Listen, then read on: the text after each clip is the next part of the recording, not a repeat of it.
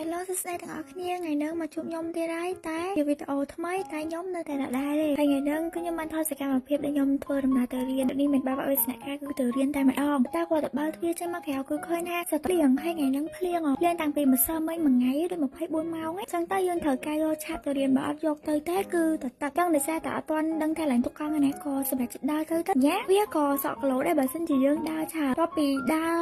យូរទៅដល់កន្លែងមួយគឺយើងត្រូវបិទឆាត់ដោយសារវាមានរោងការពារអញ្ចឹងយើងបាច់បើកវាក៏បានដែរតែដល់ឡៃនេះយើងបើកឆាត់ទៅដែរហើយខ្ញុំមកឡៃនេះមិនមែនថាខ្ញុំជិះរថភ្លើងទៅរៀនទេណាតាមពិតខ្ញុំដើរកាត់កន្លែងស្ថានីយ៍រថភ្លើងទៅរកមិត្តភក្តិខ្ញុំទេតែមិនបាច់សួរថាអីណាជិះរថភ្លើងទៅរៀនគឺអត់ទេដើរទៅថ្មើរជើងតែម្ដងតែជិះដើរយន្តឡើងអែមហ្នឹងកន្លែងចំណតរថភ្លើងអីតែខ្ញុំដើរកាត់កន្លែងហ្នឹងដើម្បីចូលទៅខាងក្រោមទៅរកមិត្តភក្តិរបស់ខ្ញុំហើយដោយសារតែវាភ្លៀងហ្នឹងអ្នកនរគ្នាអឹ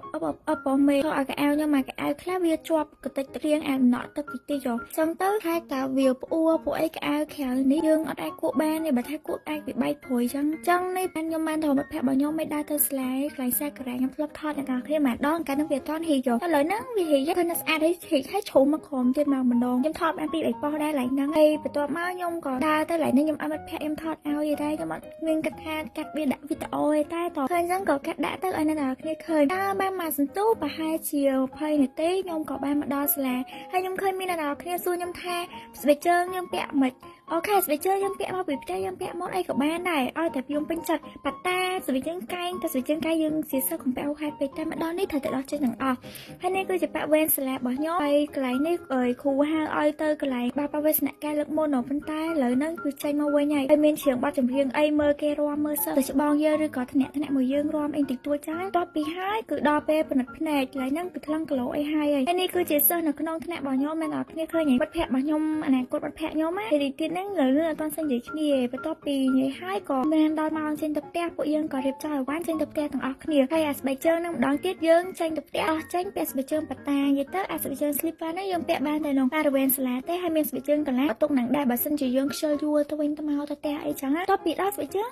ហើយយើងក៏ពាក់ស្បែកជើងយើងធម្មតាទៅដើម្បីដើរទៅផ្ទះហើយកតែអីក៏ដោយត្រូវតែពាក់ស្បែកជើងនឹងមកយើងអាចថាមកសាលាយើងពាក់ស្បែកជើងមកអីក៏បានតែម្ដងនេះដាច់ខាតគឺត្រូវតែដោះស្បែកជើងយើងពាក់មកនឹងចេញពាក់ស្បែកជើងសាលាដើម្បីកុំឲ្យវាប្រឡាក់អីដល់ខ្ញុំខែគិតថាចឹងហើយបន្ទាប់មកយើងគឺត្រូវយកឆាត់ត្រឡប់ទៅផ្ទះវាអត់មានទុកឆាត់នៅណាគេត្រូវលើហើយនេះគឺឡែងថយថ្នាក់អ្នកនរគ្នាថយស្លាវសាការ៉ាឡើងឡើងស្អាតណាស់អ្នកនរគ្នាហើយនឹងផ្លូវរថភ្លើងមកឡើងហេកហើយជ្រុះពេញហើយសង្ខាមានកម្មចលាហើយជ្រុះពេញកម្មចលាស្អាតហ្មងខ្ញុំឡើងហ្នឹងក៏ថតបានដែរហើយនេះគឺជានិមិត្តសញ្ញាសាលារបស់ខ្ញុំអ្នកនរគ្នាឃើញអត់លយណាហើយបន្ទាប់ពីចេញពីកន្លែងហ្នឹងទៅពួកខ្ញុំក៏បានដើរទៅផ្ទះពួកអីយើងអស់ម៉ោងរៀនហើយតែខ្ញុំចង់ប្រាប់អ្នកទាំងអស់គ្នាចេះនេះសិស្សសាលាខ្ញុំមានអ្នកទាំងអស់គ្នាឃើញឯនោះផមកនេះផស្នាក់ខ្ញុំសង្ហាណាខ្ញុំប្រាប់ហើយអញ្ចឹងវីដេអូថ្ងៃនេះខ្ញុំមានតែប៉ុណ្្នឹងទេតែវារៀងវែងតិចហើយអ្នកទាំងអស់គ្នាសូមទោសផងខ្ញុំមិនអាចកាត់វាខ្លីបានទេ